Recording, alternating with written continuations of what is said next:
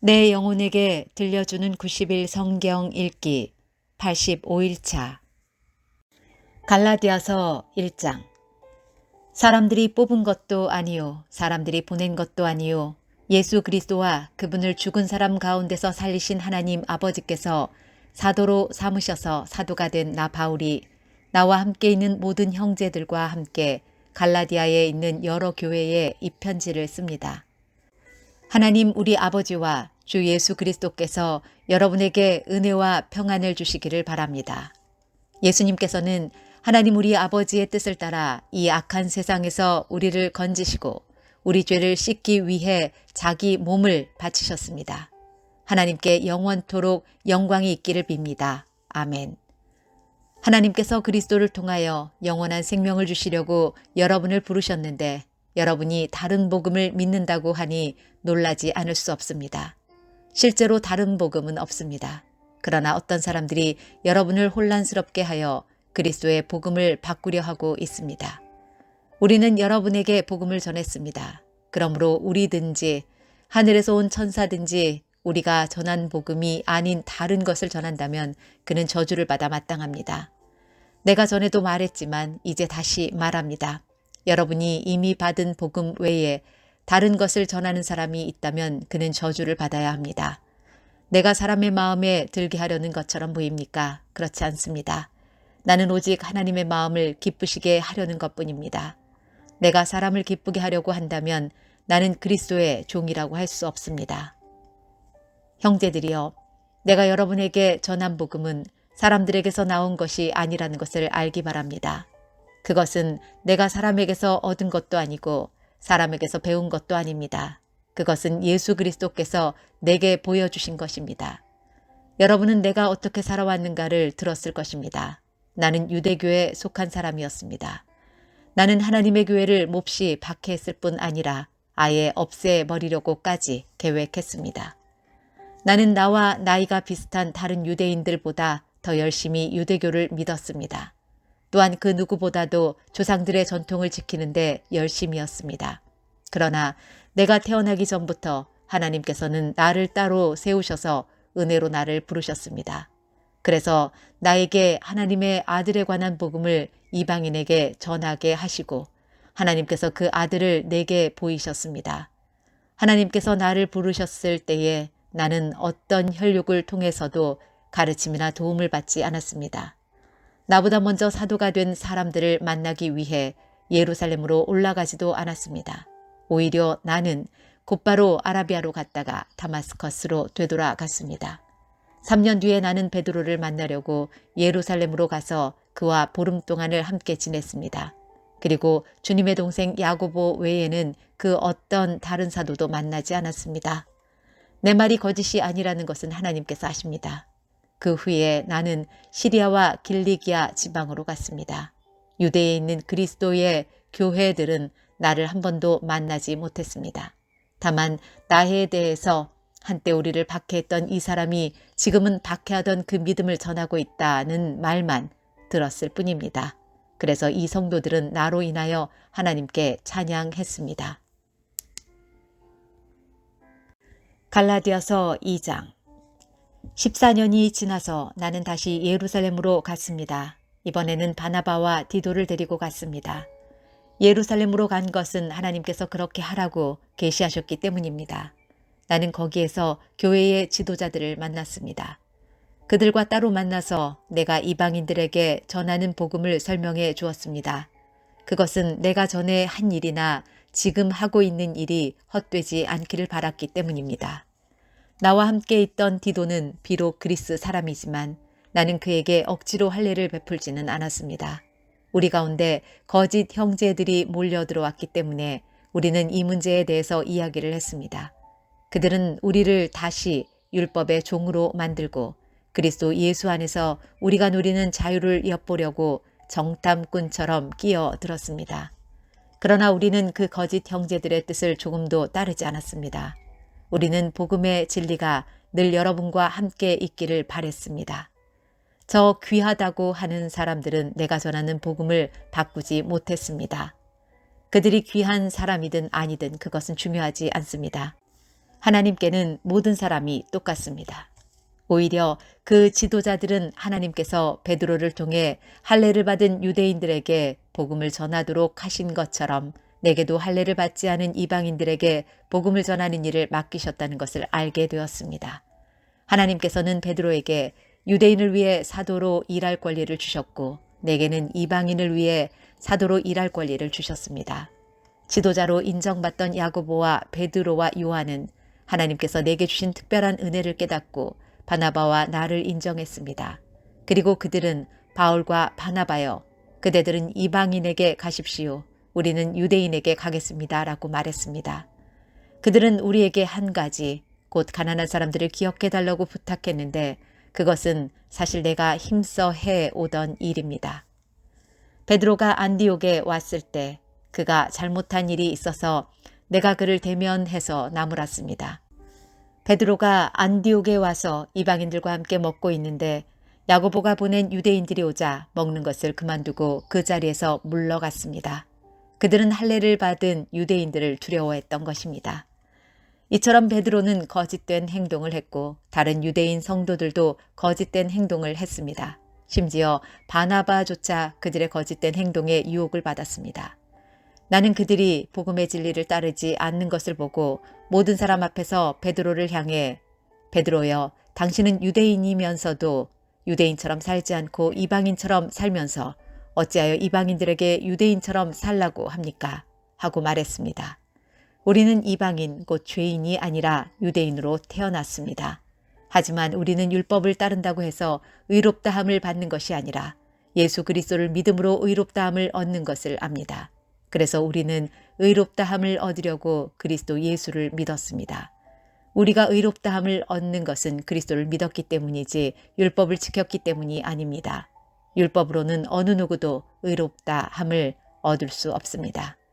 우리 유대인은 의롭다함을 얻으려고 그리스도께 나아왔습니다. 그리하여 우리가 죄인이라는 것이 밝히 드러났습니다.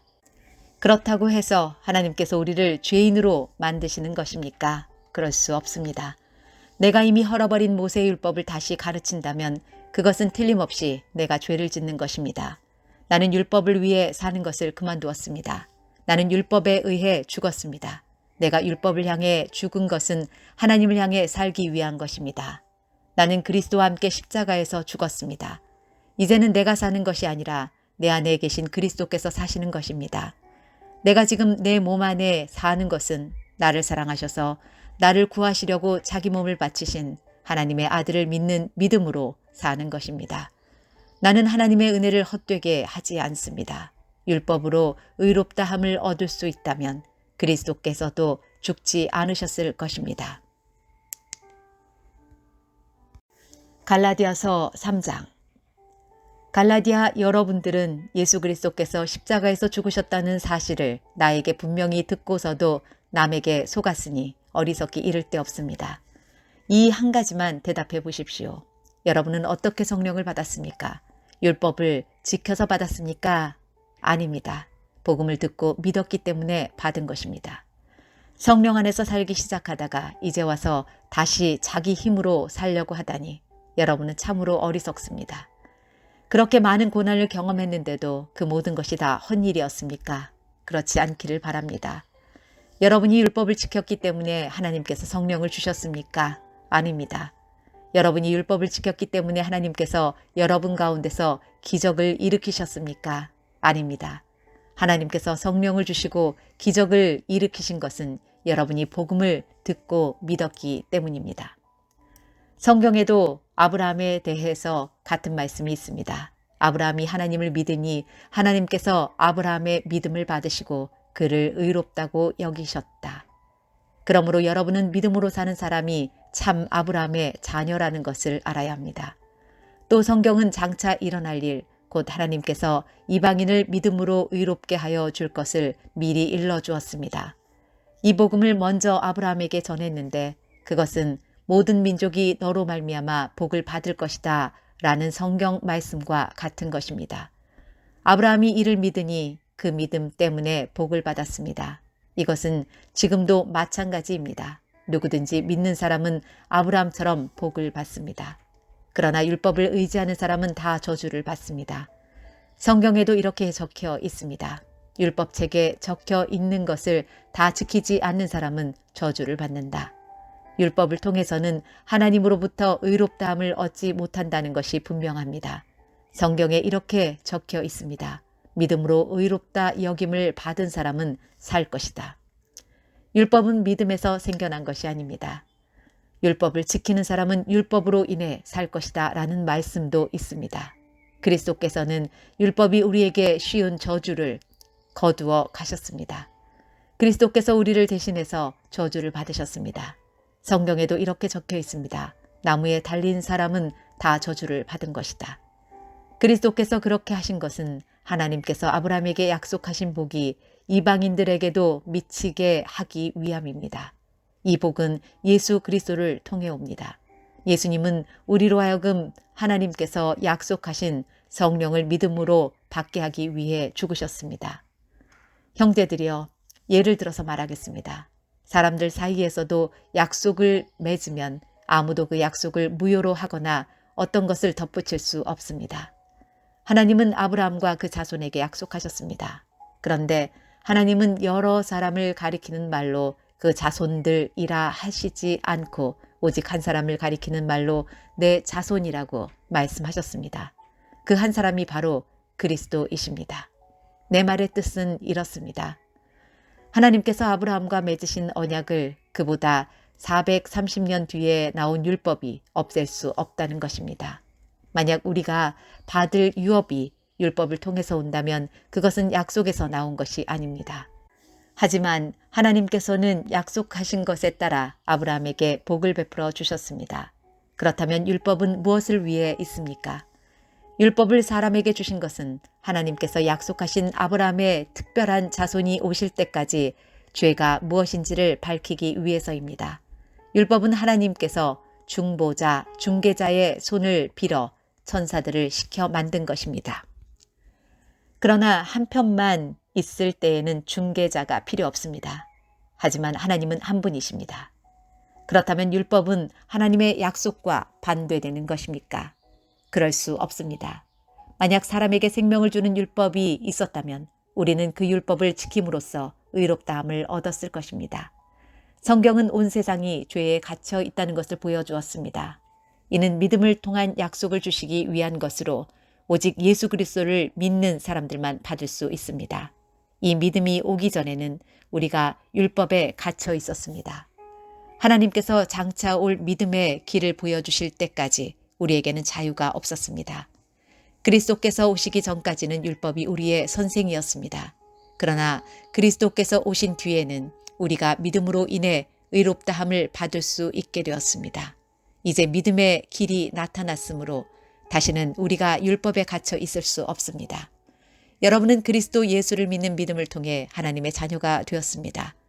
여러분은 모두 세례를 받아 그리스도와 연합하였으며 그리스도로 옷을 삼아 입었습니다. 그리스도 안에서는 유대인이나 그리스인이나 종이나 자유인이나 남자나 여자나 차별이 없습니다. 여러분은 그리스도 예수 안에서 모두 하나입니다.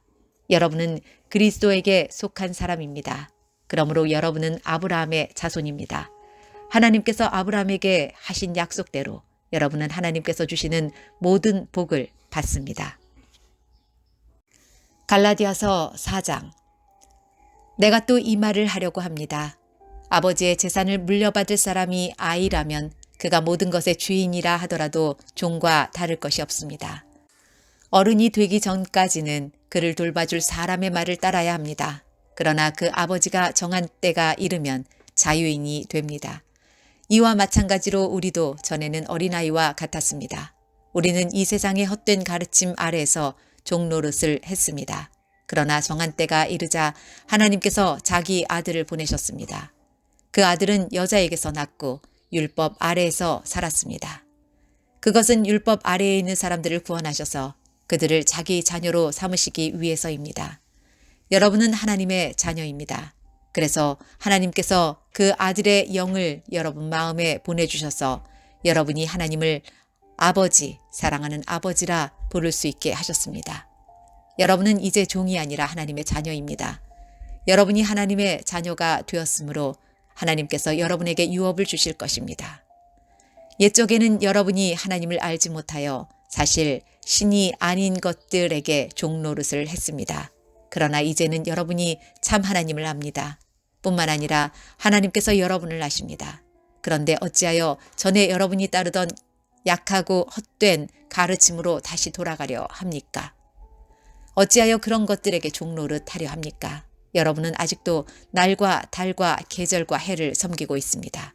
그러니 내가 여러분을 위해 애쓴 것이 헛된 일이 될까봐 두렵습니다. 형제들이여, 내가 여러분과 같이 되었으므로 여러분도 나와 같이 되기를 바랍니다. 이제까지 여러분은 내게 잘해 주었습니다. 여러분도 알다시피 내가 여러분에게 처음으로 복음을 전하게 된 것은 내 몸의 병 때문이었습니다.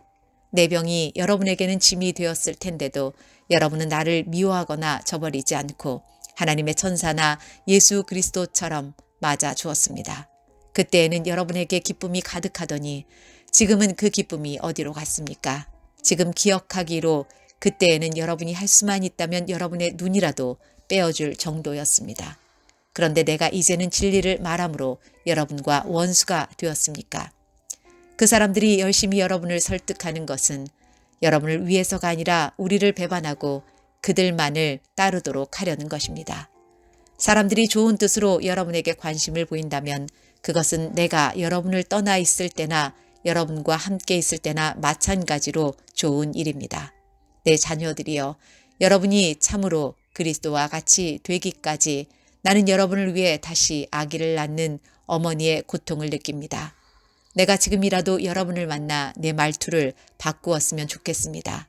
여러분 일에 대해 어떻게 해야 좋을지 모르겠습니다. 여러분 가운데는 모세의 율법 아래에 있으려는 사람이 있습니다. 말해보십시오. 여러분은 율법이 하는 말을 알지 못합니까? 성경은 아브라함에게 두 아들이 있었는데 한 아들의 어머니는 여종이었고 다른 아들의 어머니는 본처였다고 말합니다. 여종에게서 난 아브라함의 아들은 육체를 따라 태어났으나 자유인에게서 난 아들은 하나님의 약속을 따라 태어났습니다. 이것은 비유입니다. 이 여자들은 하나님과 사람이 맺은 두 언약과 같습니다. 한 언약은 하나님께서 시내산에서 정하신 율법입니다. 이 언약 아래에 있는 사람은 종과 같습니다. 하갈이 바로 이 언약과 같습니다. 이 하갈은 아라비아에 있는 시내산과 같으며 지금 이 땅에 있는 예루살렘 성과 같습니다. 그 성도 종이며 그 안에 있는 모든 사람, 곧 유대인들도 율법의 메인 종입니다. 그러나 위에 있는 하늘의 예루살렘은 자유스러운 여자와 같습니다.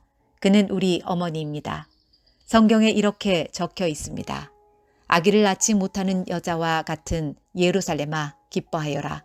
아기를 낳는 고통을 느껴보지 못한 예루살렘아, 노래하며 외쳐라.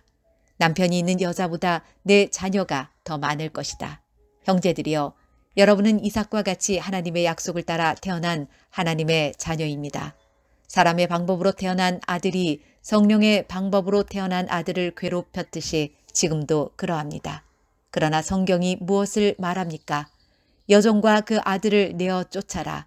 본처의 아들은 아버지의 것을 다 물려받으나 여종의 아들은 아무것도 받지 못할 것이다. 그러므로 형제들이여, 우리는 여종의 자녀가 아니라 자유한 여자의 자녀입니다. 갈라디아서 5장. 그리스도께서 우리를 해방시키셔서 우리는 자유롭게 되었습니다. 그러므로 굳게 서서 다시는 율법의 종이 되지 마십시오. 나 바울의 말을 들어보십시오. 여러분이 할례를 받고 율법으로 돌아간다면 그리스도는 여러분에게 아무런 도움이 되지 못합니다. 내가 다시 모든 사람에게 경고합니다. 여러분이 만약 할례를 받는다면 여러분은 율법 전체를 지켜야 합니다. 여러분이 율법을 지켜서 의롭다함을 얻으려 한다면 여러분은 그리스도에게서 끊어지고 하나님의 은혜에서 멀어지게 됩니다. 그러나 우리는 성령의 도우심을 받아 믿음으로 의롭다 여김을 받는 이 소망을 간절히 기다립니다.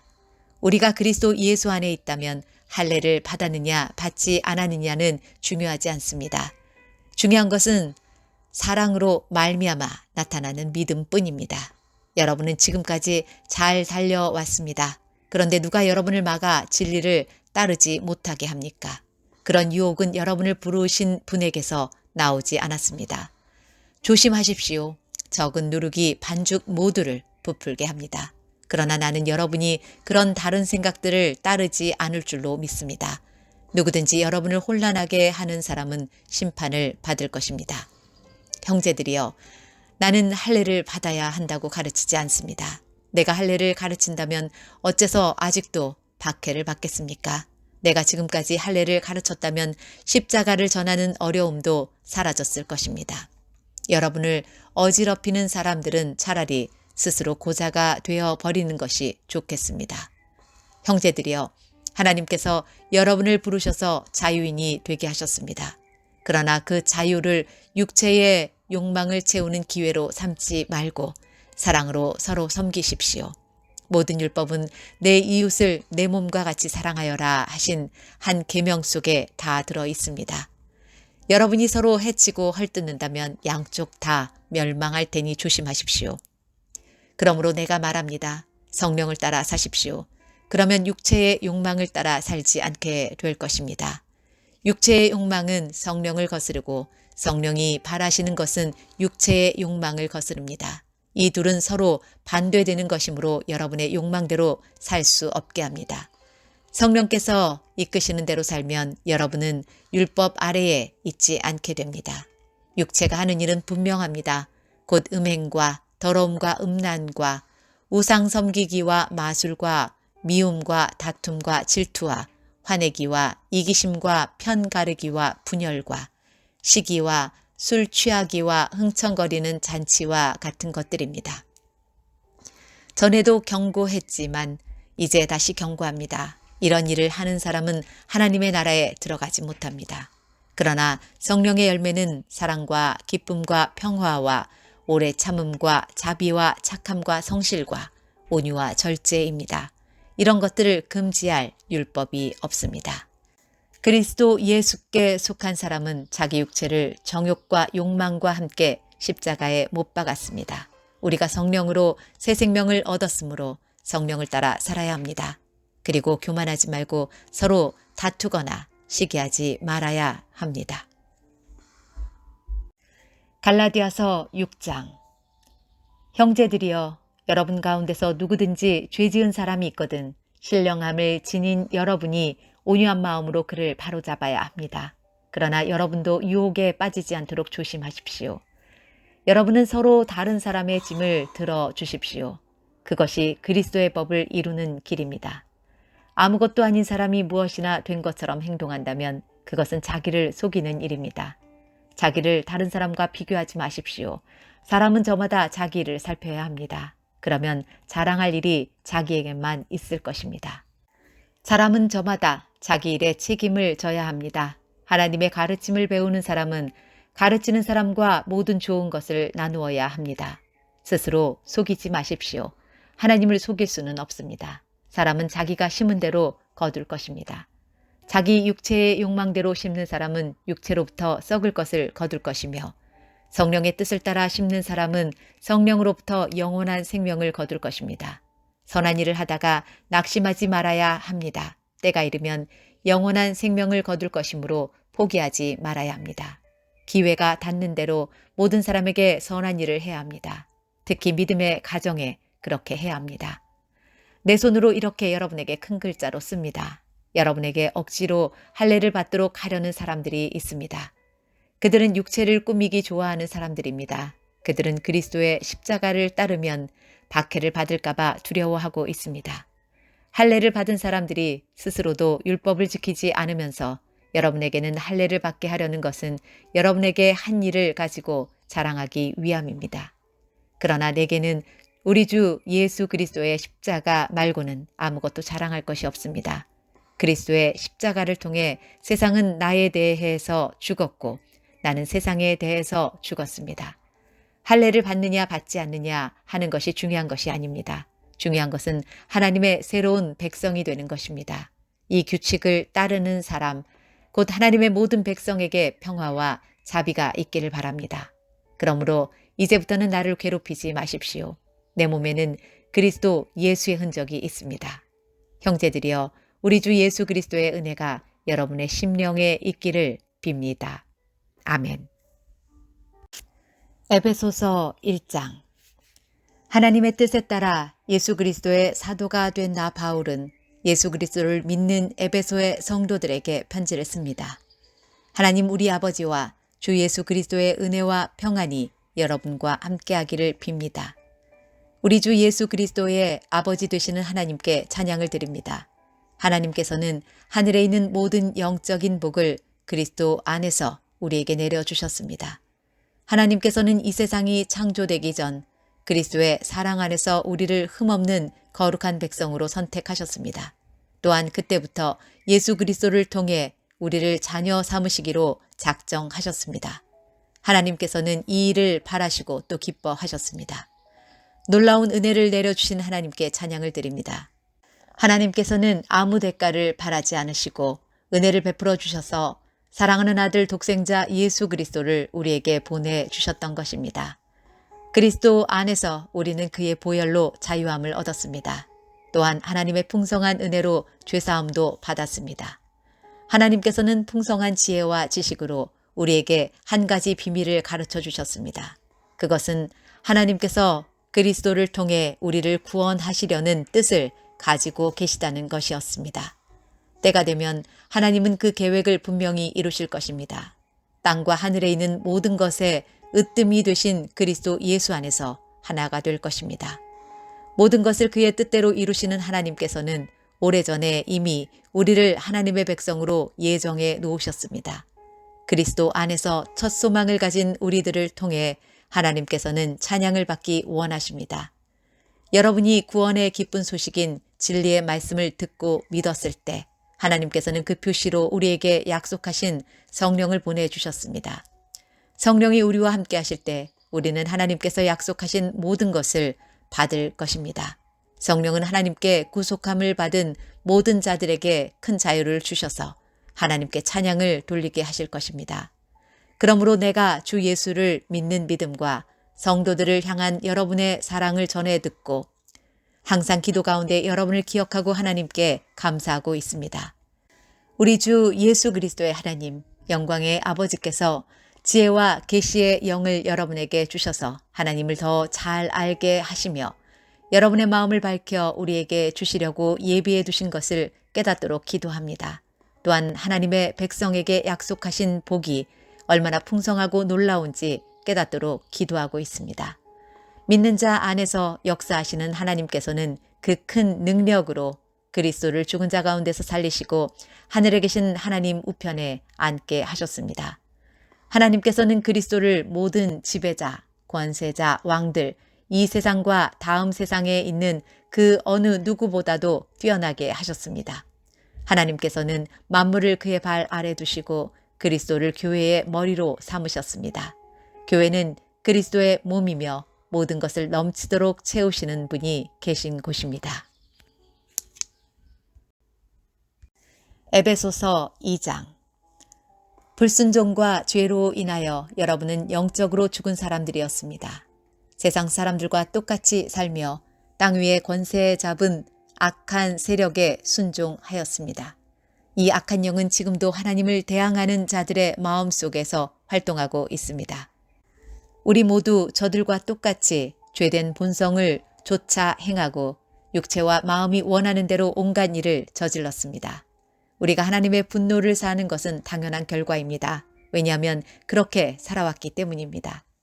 그러나 하나님은 자비로우시고 우리를 너무나 사랑하셔서 그냥 내버려 두지 않으셨습니다. 하나님의 뜻을 따르지 않아 영적으로 죽은 우리들에게 그리스도를 통하여 새 생명을 주신 것입니다. 여러분은 하나님의 은혜로 구원을 받았습니다. 하나님은 우리를 그리스도와 함께 살리시고 하늘 위에 있는 그분의 보좌 곁에 우리를 앉혀주셨습니다. 또한 앞으로 오는 모든 세대에게 하나님의 은혜가 얼마나 크고 놀라운지를 보여주시려고 예수 그리스도 안에 있는 우리 모두에게 그의 자비를 나타내셨습니다. 여러분은 하나님의 은혜 안에서 믿음으로 구원을 받았습니다. 여러분 스스로는 자신을 구원할 수 없습니다. 구원은 하나님의 선물입니다. 또한 여러분의 착한 행동으로도 구원받았다고 자랑할 수 없습니다. 우리를 창조하신 분은 하나님이십니다.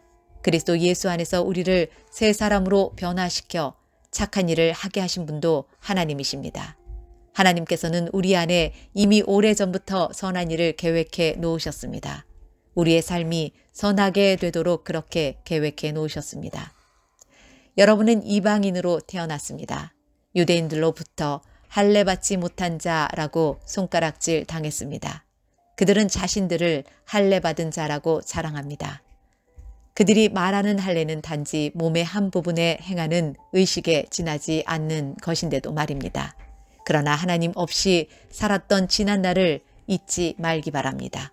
여러분은 이스라엘 자손도 아니며 그의 백성에게 약속하신 복의 기업도 받을 수 없는 사람들이었습니다. 소망도 없고 하나님도 모르는 자들이지 않았습니까? 하지만 하나님을 알지 못하고 살았던 여러분이 이제는 예수 그리스도 안에서 그리스도의 보혈로 인해 하나님과 가까워질 수 있게 되었습니다. 그리스도를 통해 평안을 누리고 유대인과 이방인이 하나님 안에서 하나가 되었습니다. 이전에는 마치 둘 사이에 벽이 가로놓여 있는 것 같았으나 예수 그리스도는 자신의 몸을 내어주심으로써 그 미움의 벽을 허물어뜨리셨습니다. 유대인의 율법에는 너무나 많은 명령과 규칙이 있었습니다. 그러나 예수님은 이러한 율법을 폐하셨습니다.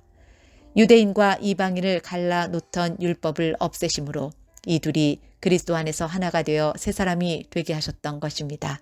이로써 예수님은 우리의 평화가 되셨습니다. 예수 그리스도는 십자가에 달려 죽으심으로 유대인과 이방인 사이에 가로막힌 미움의 벽을 허물어뜨리셨습니다. 이 둘을 하나가 되게 함으로써 이 둘 모두 하나님과 화목하게 되기를 바라셨습니다. 그리스도는 하나님을 모르는 이방인들에게 찾아오셨고 하나님을 믿는 유대인들에게도 찾아오셔서 평화에 대해 가르치셨습니다. 그러므로 우리 모두는 그리스도를 통해 한 성령 안에서 아버지께로 나아갈 수 있게 되었습니다. 이제 여러분은 더 이상 낯선 나그네나 손님이 아닙니다. 이제는 하나님의 거룩한 백성으로 하늘의 시민이요 가족입니다. 성도는 사도와 예언자들이 닦아놓은 기초 위에 세워진 하나님의 집이며 그리스도 예수께서 친히 그 건물의 머릿돌이 되어 주십니다. 건물 전체가 그리스도 안에서 서로 연결되어 주님의 거룩한 성전으로 점점 자라갈 것입니다. 여러분 역시 유대인들과 함께 그리스도 안에서 함께 지어져 가고 있습니다. 성령을 통해 하나님이 친히 거하시는 곳으로 여러분은 아름답게 지어져 갈 것입니다. 에베소서 3장. 나 바울은 예수 그리스도의 종으로 이방인의 여러분을 위해 감옥에 갇혀 있습니다. 여러분도 분명히 알고 있듯이 하나님께서는 여러분에게 은혜를 나타내시려고 내게 이 일을 맡기셨습니다. 전에 내가 편지에도 간단히 말했듯이 하나님께서는 내게 계시로 비밀스런 계획을 알려주셨습니다. 그것을 읽어보면 내가 그리스도에 관한 신비로운 진리를 어떻게 깨닫게 되었는지 알 수 있을 것입니다. 옛날에는 이 비밀스런 진리를 아무도 깨달을 수가 없었습니다. 그러나 이제는 성령을 통해 그의 거룩한 사도들과 예언자들에게 이 신비로운 진리를 보여주셨습니다. 그 비밀이란 바로 이방인들도 유대인들과 마찬가지로 하나님께서 그의 자녀들을 위해 예비해 두신 것들을 상속받을 수 있다는 것입니다. 이방인들도 유대인과 함께 한 몸을 이루는 지체가 되었기 때문에 예수 그리스도 안에서 하나님께서 약속하신 것을 함께 누리게 되었습니다. 이것이야말로 하나님께서 이방인들에게 주신 기쁜 소식이 아니겠습니까? 하나님의 크신 능력과 특별한 은혜로 나는 이 기쁜 소식을 전하는 일꾼이 되었습니다. 나는 지극히 보잘것없는 그리스도인 중에 하나였으나 하나님께서는 내게 능력과 재능을 주셔서 그리스도를 믿음으로써 누리게 될 부요함을 이방인들에게 전하게 하셨습니다. 이 복음의 부요함은 말로 다 표현하기 힘들 만큼 크고도 놀랍습니다. 이뿐 아니라 하나님께서는 나에게 만물을 창조하신 한 분, 곧 하나님 안에 숨겨진 진리에 관한 계획을 모든 사람에게 전할 임무도 맡기셨습니다. 하나님께서 이렇게 하시는 목적은 교회를 통해서 하늘의 천사들에게 하나님의 무한한 지혜를 알게 하려 하시는 것입니다. 그리고 이 모든 것은 우리 주 예수 그리스도를 통해 태초부터 이루려고 계획하신 일이기도 합니다. 우리는 그리스도를 믿고 의지함으로 두려움 없이 자유롭게 하나님 앞에 나아갑니다. 내가 지금 받고 있는 고난으로 인해 실망하거나 낙담하지 마십시오. 이 고난이 오히려 여러분에게 영광이 되는 것입니다. 그러므로 이제 나는 하나님 아버지께 무릎을 꿇고 기도합니다. 하늘과 땅에 있는 성도는 그분께로부터 참 생명의 이름을 받은 자들입니다. 하나님께서 크신 영광 가운데 성령을 통해 그분의 능력으로 여러분의 속 사람을 튼튼하게 하여 주시기를 기도합니다. 믿음을 통해 그리스도께서 여러분의 마음 가운데 살아계시기를 기도합니다. 또한 여러분의 삶이 사랑 안에서 강하여지고 또 깊게 뿌리내려 모든 성도들이 그리스도의 크신 사랑을 깨닫게 되기를 기도합니다. 그분의 사랑이 얼마나 한없고 넓으며 얼마나 깊고도 높은지를 진정으로 깨닫게 되기를 기도합니다. 그리스도의 사랑을 어느 누가 잴 수 있겠습니까? 그러나 그 사랑을 체험하여 하나님의 충만함이 여러분의 마음속에 채워지기를 기도합니다. 우리 가운데 일하시는 하나님께서는 우리가 구하고 생각하는 것보다 훨씬 더 많은 것을 채워주실 것입니다. 교회와 그리스도를 통해 구원을 이루어 가시는 하나님께 영원히 영광을 올려드립니다. 아멘. 에베소서 4장. 주님을 섬기다가 감옥에 갇힌 나 바울이 여러분께 권합니다. 하나님께서는 여러분을 그의 백성으로 부르셨으니 하나님의 백성답게 살아가시기 바랍니다. 항상 겸손하고 온유하며 마음을 너그러이 하여 참아주고 서로를 사랑으로 받아주십시오. 여러분은 성령 안에서 평안에 매는 끈으로 한 몸이 되었습니다. 하나가 되도록 힘쓰고 여러분 가운데 늘 평화가 깃들도록 노력하십시오. 여러분은 한 몸입니다. 여러분은 같은 성령을 받았고 한 소망을 가지고 있습니다. 우리 주님도 한 분이시며 믿음도 하나고 세례도 하나입니다. 만물의 주인이신 하나님도 한 분이시니 그분은 모든 것을 다스리시고 모든 것 위에 계신 분입니다. 그리스도께서는 우리 각자에게 특별한 재능을 주셨습니다. 그리스도께서 나눠주신 은혜대로 우리 모두는 선물을 받은 것입니다. 성경은 말씀하고 있습니다. 그가 높은 곳으로 오르실 때 사로잡힌 자들을 이끄시고 그의 사람들에게 선물을 나누어 주셨다. 높은 곳으로 오르셨다라는 말은 무슨 뜻입니까? 그것은 그리스도가 먼저 이 땅에 내려오셨음을 뜻하는 말이 아닙니까? 이렇게 내려오신 그분은 다시 하늘로 올라가셨습니다. 그리스도는 모든 것을 완성하시기 위해 다시 하늘 위로 올라가신 것입니다. 바로 그분 예수 그리스도께서 각 사람들에게 서로 다른 선물을 나눠 주셨습니다. 어떤 사람은 사도로, 어떤 사람은 예언자로, 어떤 사람은 나가서 복음을 전하는 자로, 또 어떤 사람은 말씀을 가르치고 성도를 돌보는 자로 삼으셨습니다. 우리에게 이 모든 선물을 주신 것은 하나님의 백성들을 섬기도록 준비시키기 위한 것입니다. 서로 섬김으로 그리스도의 몸인 교회를 더욱 강하게 세우기 위한 것입니다. 이렇게 할 때에 우리 모두는 하나님의 아들을 믿고 아는 일에 하나가 되어 그리스도를 닮은 온전한 사람으로서 성숙한 그리스도인이 될 것입니다. 이제는 더 이상 어린아이가 되어서는 안 됩니다. 파도에 밀려 떠다니는 배처럼 왔다 갔다 하거나 우리를 속이고 유혹하는 온갖 새로운 가르침에 넘어가서도 안 될 것입니다. 그들은 우리를 잘못된 길로 데려갈 뿐입니다. 사랑으로 진리만을 말하고 머리 되신 예수 그리스도를 본받아 모든 면에서 성장하도록 하십시오. 온몸이 그리스도께 붙어 있으니 각 지체가 서로 도와주어 각자 맡은 일을 잘 해내도록 하십시오. 그러면 온몸이 건강하게 성장하여 사랑 안에서 더욱 튼튼히 서게 될 것입니다. 이제 나는 주님의 이름으로 여러분에게 강하게 권고합니다. 믿지 않는 사람들이 생각하고 행동하는 것처럼 살지 마십시오. 그들은 깨닫지 못하고 듣기도 거부하니 알 수도 없습니다. 그들에게는 하나님의 생명이 없습니다. 그들은 부끄러워할 줄도 몰라서 악한 일을 일삼고 점점 더 방탕한 생활 속으로 빠져들고 있습니다. 그러나 여러분은 그리스도에 관해 그렇게 배우지 않았습니다. 나는 여러분이 진정 그분의 말씀을 들었고 또 진리 되신 그분 안에 살고 있다고 확신합니다. 옛 모습을 벗어버리십시오. 옛사람은 한없는 욕망으로 점점 더 눈이 어두워져 더 악하고 더러운 모습이 될 뿐입니다. 여러분은 마음을 새롭게 하라는 가르침을 들었습니다. 이제는 새 사람이 되어 하나님의 모습처럼 선하고 거룩하게 살아가십시오. 거짓말을 하지 말기 바랍니다. 우리는 한 몸에 속한 자들이니 서로를 진실하게 대하십시오.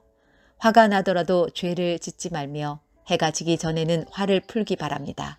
그렇지 않으면 사탄이 여러분을 공격할 수 있도록 놔두는 것이 됩니다.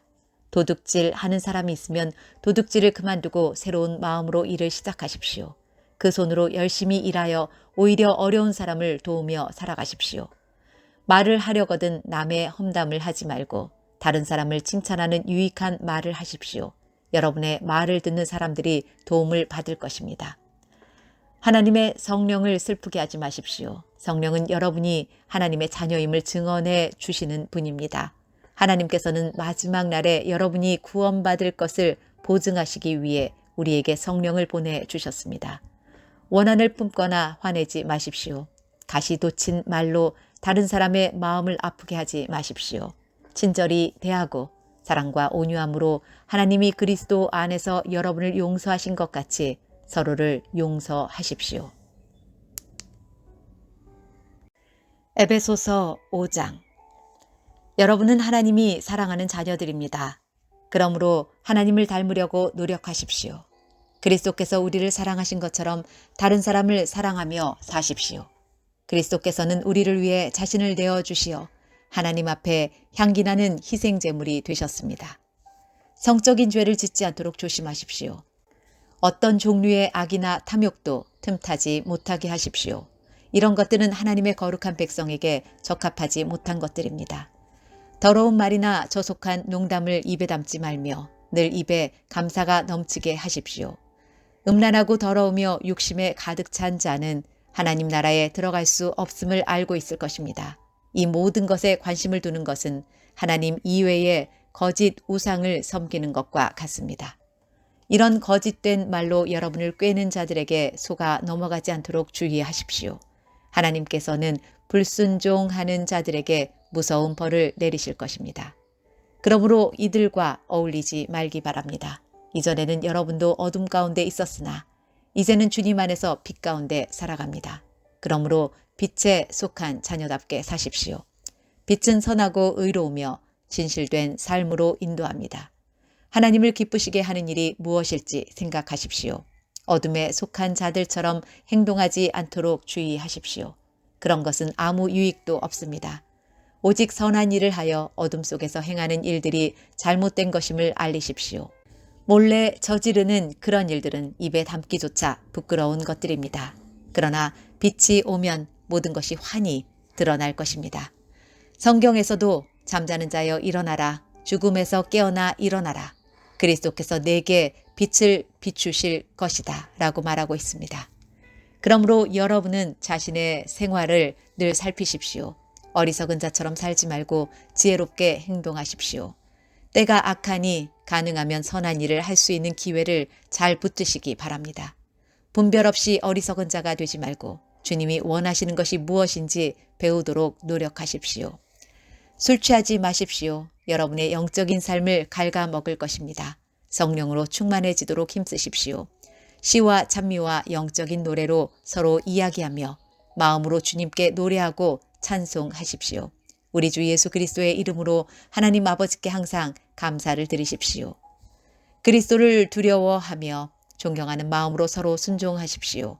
아내들은 주님께 순종하듯이 남편의 권위에 순종하십시오. 남편이 아내의 머리가 됨은 그리스도가 교회의 머리인 것과 같습니다. 교회는 그리스도의 몸이며 그리스도는 교회의 구주가 되셨습니다. 교회가 그리스도의 권위 아래에 있듯이 아내가 남편에게 순종하는 것은 당연한 것입니다. 모든 일에 순종하십시오. 남편들은 그리스도가 교회를 사랑하듯이 아내를 사랑하십시오. 그리스도는 생명을 내어 주시기까지 교회를 사랑하셨습니다. 그리스도께서는 교회를 물로 씻고 말씀으로 깨끗하게 하셨습니다. 마치 아름답고 깨끗한 신부처럼 교회를 깨끗하고 거룩하게 하시기 위해 그리스도께서 죽으셨던 것입니다. 그러므로 남편들은 이와 같이 아내를 사랑하십시오. 자기 몸을 아끼고 사랑하듯이 아내를 사랑하기 바랍니다. 자기 아내를 사랑하는 자는 곧 자신을 사랑하는 자입니다. 자기 몸을 미워하는 사람은 없습니다. 오히려 아끼고 돌볼 것입니다. 이것이 바로 그리스도가 교회를 위해 하신 일입니다. 우리는 그리스도의 몸인 교회의 지체들입니다. 성경에서도 그러므로 사람이 부모를 떠나 자기 아내와 연합하여 한 몸을 이룰 것이다 라고 말씀하고 있습니다. 그 비밀이 놀랍고 크니 이것이 바로 그리스도와 교회와의 관계를 두고 말하는 것입니다.